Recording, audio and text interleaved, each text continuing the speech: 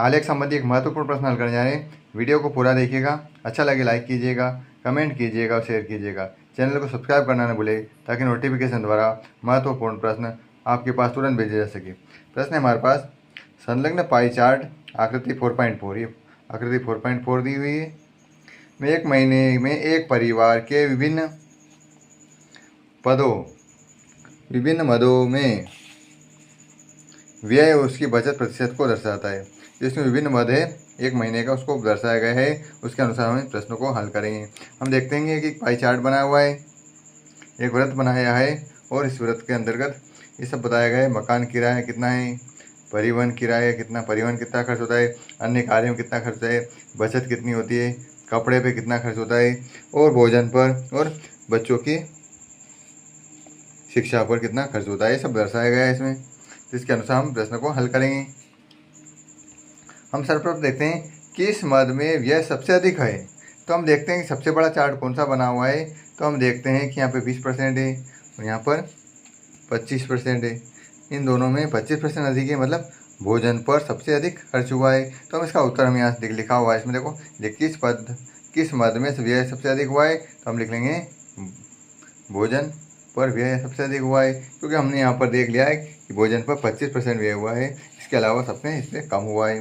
दूसरा प्रश्न हम देखते हैं किस मद पर हुआ व्यय परिवार की कुल बचत के बराबर है।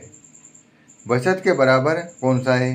तो हम ये इसमें इसको हल करने के लिए हम सबसे पहले देखते हैं कि ये जो टोटल है व्यय, इन सबको हम देखेंगे कि कितना व्यय हुआ है, उसके अनुसार हम हल करेंगे।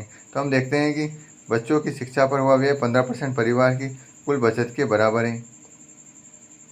तो ये जो भोजन पर व्यय हुआ है ये 15% उस बचत के बराबर है।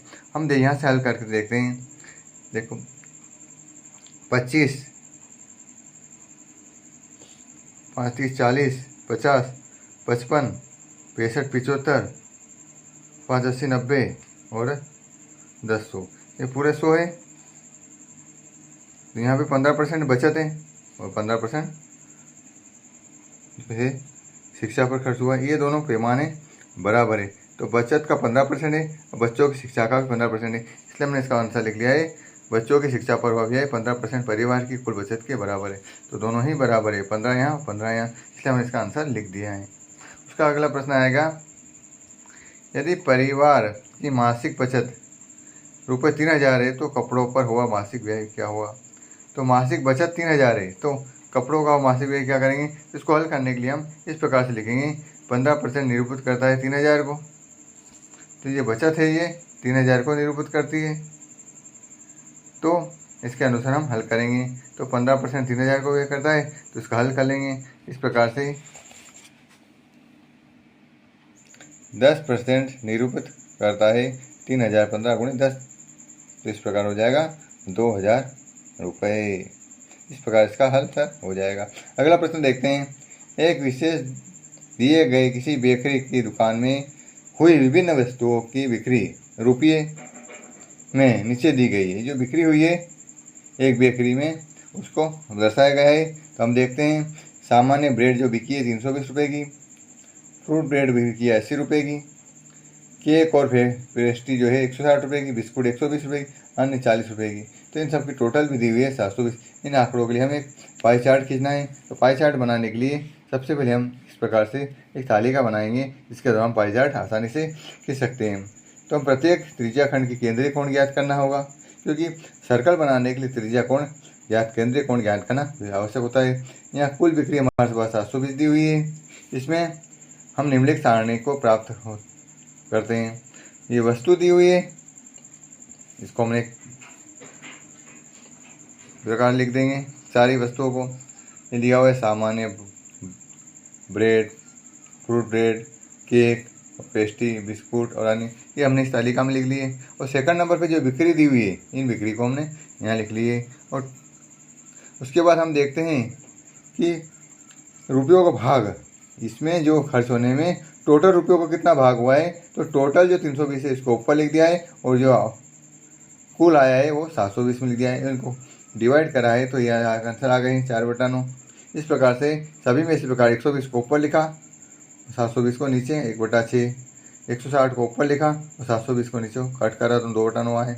80 को ऊपर लिखा और 720 को नीचे 1/9, 40 को ऊपर लिखा और 720 को 1/18। इस प्रकार से इन सभी राशियों के नीचे 720 लिखा, यहाँ नीचे 720 720 720 और कट करने पर जो आंसर है वो हमारे पास संपूर्ण भाग प्राप्त हुआ है। अब हम इस संपूर्ण भाग के द्वारा केंद्रीय कोण ज्ञात करेंगे। तो 4/9 जो इस वाली पैमाना है 4/9 ऐसे लिखेगा।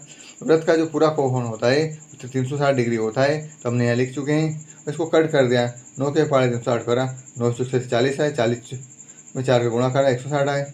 इसी प्रकार इसको कट करा, 6 को 360 से कट करा तो 6 से 36 60 आए, 60 एकम 60, 2/9 है, 9 को कट करा 9 चौक 36 40 आ गए, 40 दूनी 80 डिग्री प्राप्त हुआ है, 9 चौक 36 40, 40 एकम 40 और यहाँ पे आए 15 दूनी 30, 6 बचे,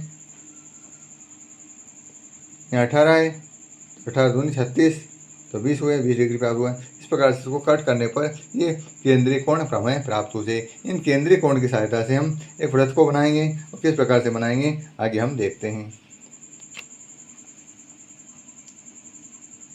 सबसे पहले हम क्या करेंगे कि एक सर्कल बना लेंगे। इस प्रकार का आपको एक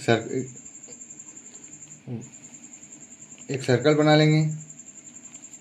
यहाँ पर से किसी भी एक केंद्र को लेकर एक लाइन खींच देंगे। उसके अनुसार हम 160 डिग्री का हम सर्वप्रथम कोण बनाएंगे। तो इस प्रकार से एक आकृति बन जाएगी 160 डिग्री। मान लिया 160 डिग्री हमारा यहाँ आया है। आपको चांदे की सहायता से कोण बनाना है, तो ये 160 डिग्री का हमारे पास कोण बन चुका है। तो इसमें इस प्रकार से ये आ जाएगा, यहाँ पर भाग आ जाएगा हमारा सामान्य ब्रेड का, सामान्य ब्रेड का। अब स्केल और प्रकार की सहायता चांदे की सहायता से बनाएंगे तो सही से बनेगा। दूसरा आता है बिस्कुट वाला भाग, ये 60 डिग्री है, तो चांदे को हम यहाँ पर रखेंगे और 60 डिग्री का कोण बना देंगे। तो यहाँ 90 डिग्री बन रहा है, सीधा ऐसे लेंगे तो लगभग 60 डिग्री यहाँ बनेगा इस प्रकार से। तो चांदे की सहायता से हम बनाएंगे तो ये बन जाएगा हमारे पास 60 डिग्री का कोण। और इसमें जो खर्च होगा ये होगा बिस्कुट पर खर्च, तो ये हम लिख लेंगे बिस्कुट। अगला देखते हैं ये 80 डिग्री, तो 80 डिग्री का कोण हम बनाएंगे। तो 80 डिग्री बनाने के लिए हम देखते हैं कि किस प्रकार से पूरा आकृति 90 का होता है, तो यहाँ तक की आकृति 80 डिग्री होगी। इस प्रकार से हम इस प्रकार से एक यहाँ पर रखकर एक कोण बनाएंगे तो ये हो जाएगा 80 डिग्री का। ये 80 डिग्री जो हमें दर्शाता है केक और पेस्ट्री, तो इस साइड हम लिख लेंगे केक और पेस्ट्री, केक और पेस्ट्री। इस प्रकार से अगला जो है 40 डिग्री का कोण और 20 डिग्री का कोण, तो हम यहाँ पर इसी प्रकार से ध्यान रख के एक 40 डिग्री का कोण बना देंगे। ये 40 डिग्री बनेगा तो 20 डिग्री का बच जाएगा, 40 डिग्री और ये 20 डिग्री। जो 40 डिग्री का जो कोण है वो फ्रूट और ब्रेड के लिए, तो हमें लिख लेंगे फ्रूट और ब्रेड। और इस साइड में हम लिखेंगे एक और है बना हुआ है अन्य, ये 20 जो है ये अन्य के लिए है। तो इस प्रकार से हम इन पैमानों को आसानी से बना लेंगे। फिर इनको एक अलग अलग भाग से छायांकित कर देंगे। इस प्रकार से इसको पूरा इस प्रकार से लाइन खींच देंगे, इसको आड़ी लाइन खींच देंगे, इसको 2 प्रकार की लाइन दे देंगे, इसको पूरा काला कर देंगे, इसको खुला देंगे। इस प्रकार से ये आकृति हमें जो पाई चार्ट है हमें आसानी से प्राप्त हो जाएगा। हमेशा ध्यान रखना है सर्वप्रथम एक वृत्त जो है प्रकार के साथ खींचना है। केंद्र O को मान के एक इस प्रकार से एक आकृति की एक त्रिज्या खींच लेने हैं हमें। उस त्रिज्या को ओ ये त्रिज्या के ऊपर चांदा रख के 160 डिग्री का कोण बनाते हुए ये भी बनाएंगे तो ये हो जाएगा। फिर यहाँ पर चांदा रख कर एक कोण बनाएंगे 60 डिग्री का, वो 80 बन जाएगा। इस प्रकार से यहाँ पर चांदा रख के ये जो कोण बनाएंगे 80 डिग्री का ये डी बन जाएगा। और ये जो चांदा रख के फिर कोण बनाएंगे ये बन जाएगा। इस प्रकार से पूरी आकृति पाई चार्ट हमारे पास चांदे और प्रकार की सहायता से आसानी से बनेगी। और इस प्रकार से पूरा पाई चार्ट हमारे पास तैयार हो जाएगा। वीडियो को पूरा देखने धन्यवाद। इस प्रकार हमारे चैनल के साथ बने रहिए और चैनल को सब्सक्राइब करना ना भूलें ताकि नोटिफिकेशन और महत्वपूर्ण प्रश्न आपके पास सुने जा सके। बहुत बहुत धन्यवाद।